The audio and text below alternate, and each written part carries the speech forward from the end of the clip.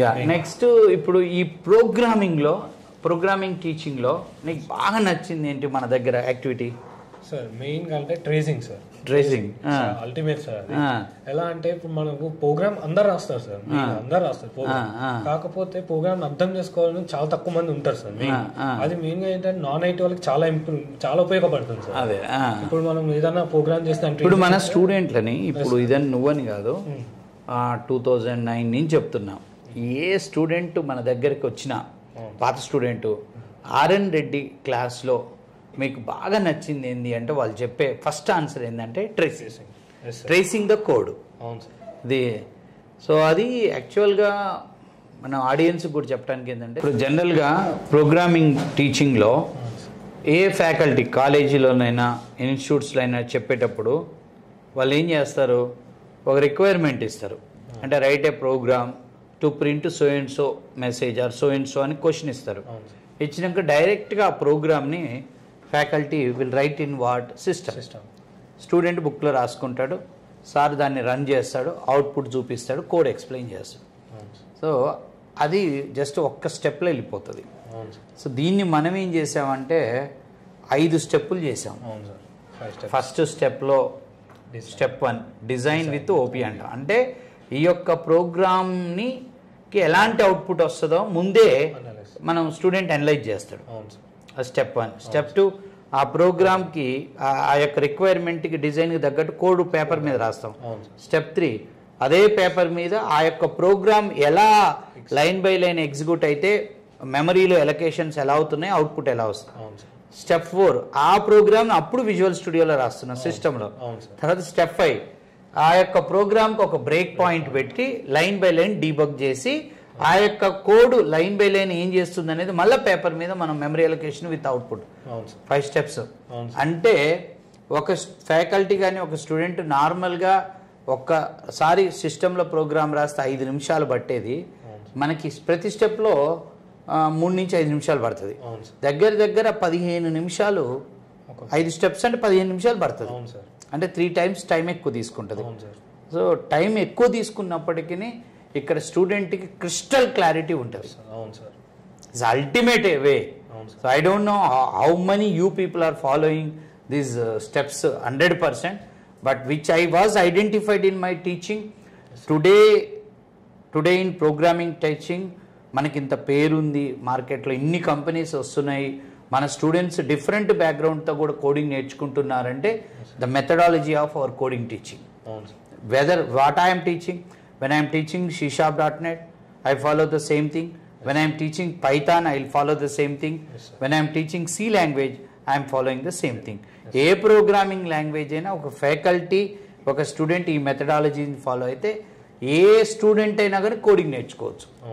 5th 6th class student కూడా coding నేర్చుకోవచ్చు ఈ మోడల్కి వెళ్తే. Right. So you are enjoying it. But what about students? ఎక్కడ ఇరిటేట్ అవుతారు 5 స్టెప్స్ చేయమంట కదా, ఉన్నది ఉన్నట్టు చెప్పు. అవును సార్, మెయిన్ గా నేను గమనించింది గైడ్ చేసిన స్టూడెంట్స్ కి అయితే వాళ్ళు ట్రేసింగ్ ఎందుకు చేయాలి, అలా చేయకూడదు, నాకు చేయను, నేను ఓపిక లేదు చాలా మంది అన్నారు అంటారు. అవును సార్, ఫస్ట్ చాలా మంది అన్నారు సార్. అయితే నేను చెప్పాను సార్, నువ్వు ట్రేసింగ్ చేయి, ఫస్ట్ ట్రేసింగ్ చేయి, నువ్వు ఫస్ట్ ట్రేసింగ్ చేయి, తర్వాత నీకు ఏదైతే అర్థం కాదో నన్ను అడుగు, అట్లా ఎందుకు అర్థం కాదో నువ్వు చూడు ఫస్ట్ అన్న. అయితే ఒక స్టూడెంట్ చేశారు సార్. అయితే ఒక ప్రోగ్రామ్ నీకు అర్థమైందా అని అడిగాను సార్. అర్థమైంది, ట్రేసింగ్ చేశాక అర్థమైంది అన్నారు సార్. అయితే నేను చెప్పాను కదా ముందే, సో ట్రేసింగ్ అంత పవర్ ఉంటుంది సార్, మనకు అందుకే ట్రేసింగ్ చేయమంటారు అని చెప్పాను సార్ వాళ్ళకి. జనరల్గా అదొకటి. నెక్స్ట్ ఇంకో క్వశ్చన్ ఏంటంటే డిజైన్. సార్ డిజైను సేమ్ ఉంటుంది, ట్రేసింగ్ సేమ్ ఉంటుంది చూడటానికి. స్టూడెంట్ ఏమంటాడంటే 2 సార్లు ఎందుకు అంటాడు, అడుగుతారు మూర్ఖులు. హౌస్ ప్లాన్ ఏమో డిజైన్, హౌస్ కట్టడమేమో ప్రోగ్రామింగ్. కట్టినాక ఇల్లు ఎలా ఉంది, స్ట్రక్చర్ అంతా చెక్ చేస్తాం కదా, ఎన్ని గదులు ఉన్నాయి, 2 బెడ్రూమ్లు ఉన్నాయి, కిచెన్ ఉంది, హాల్ ఉంది, ఇదంతా మన మేస్త్రీలు కట్టించినాక హౌస్ ప్లాన్ పట్టుకొని ప్లాన్ ప్రకారం చేసిండా చేయలేదని చెక్ చేస్తాం. అది ట్రేసింగ్.